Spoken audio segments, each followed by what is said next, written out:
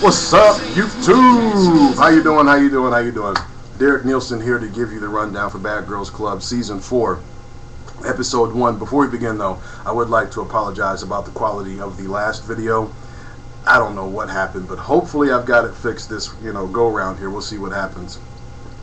We'll jump right into it by saying we all should have known that they weren't going to send Natalie home, because at the very beginning of episode 1 you see Kendra and Natalie, just together, chummies, sitting on the porch doing their thing before the fight, actually begins with Natalie and Portia. So some folks did actually call it, and we all should have known, though. That should have just been, just right out there. We should have known that. I'm curious, though, does Kendra ever get upset? Excuse me. Now, you actually see that this lady, she does get a little ticked off when she sees her pictures all fucked up or whatnot. She actually raises her voice when she's talking to Portia, but I have yet to see this lady get like wild-eyed, crazy sort of deal. I'm wondering, what is going on? Is she like smoking a blunt in the bathroom and the camera just isn't in there or something, and she's just walking around like, okay, whatever. We'll see. It's going to get interesting with this one.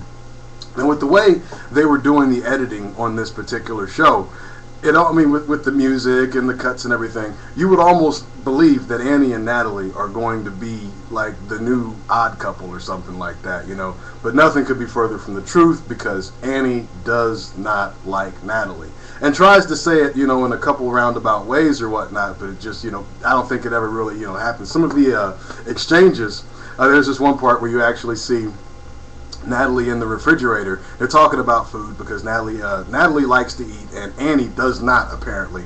And they're zooming in on Natalie's ass, and Natalie's asking her, well, you don't like girls with fat asses? And Annie's like, no, I don't. Another funny one was when they're sitting in the limo, and Natalie's running down all this game trying to say, we need to go to this club because all the celebrities are there. And then she looks over at Annie and she's like, and Chris Brown is going to be there. Do you like Chris Brown? And he's like, no. And Natalie says some shit like, what the fuck did she say? Something along the lines of, Rihanna deserved to get beat up or something like that, because she's crazy. And I'm sitting there thinking to myself, oh, well, see, that settles it, because when Chris Brown did what he did, Natalie was probably in the back seat, so she probably has first-hand experience, and I'm being sarcastic as a motherfucker for people who didn't really get that. And likewise, I'm not really trying to go through and tell you everything that happened in the episode.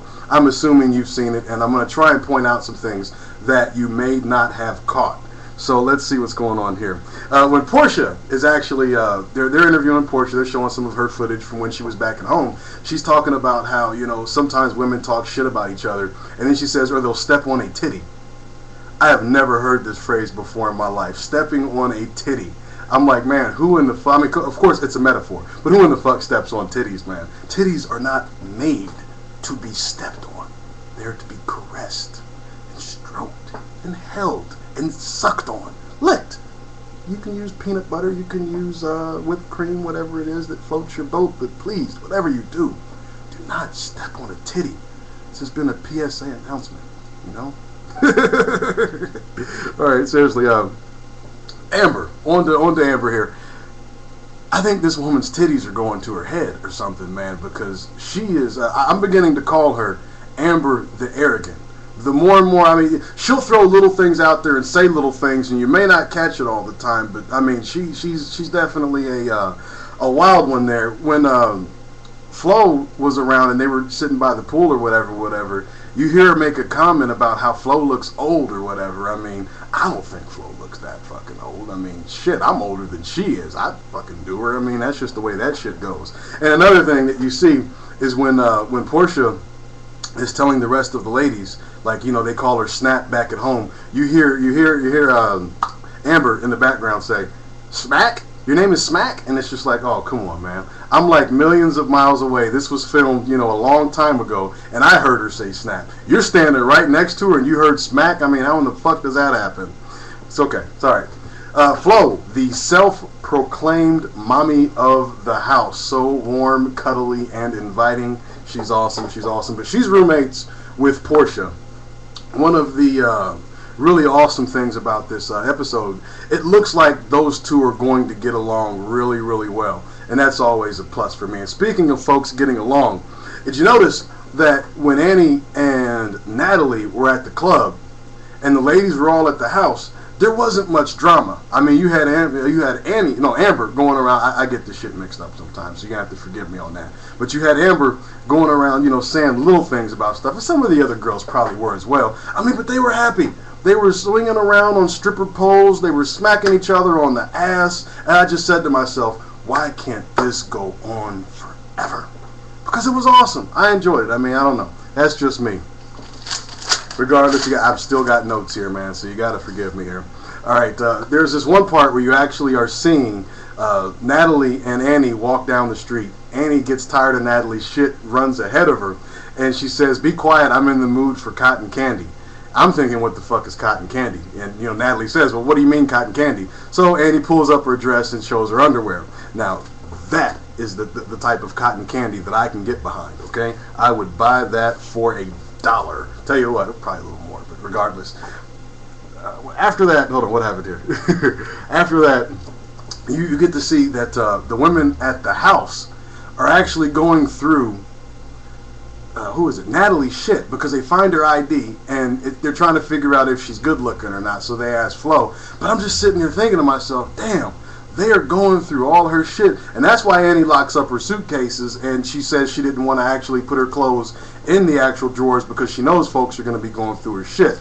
It's pretty wild. Now, Natalie, I've met some folks like her.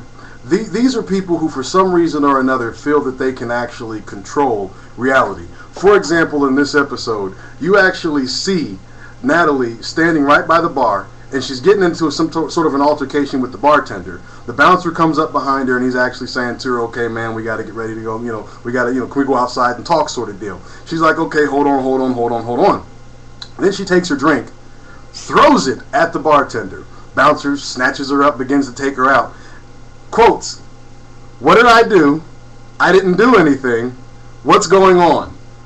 Well, I mean, come on. Like the bouncer was going to say, well, I must have grabbed the wrong person. Someone else must have thrown that fucking Red Bull. But again, people that think they can control reality. It's definitely interesting.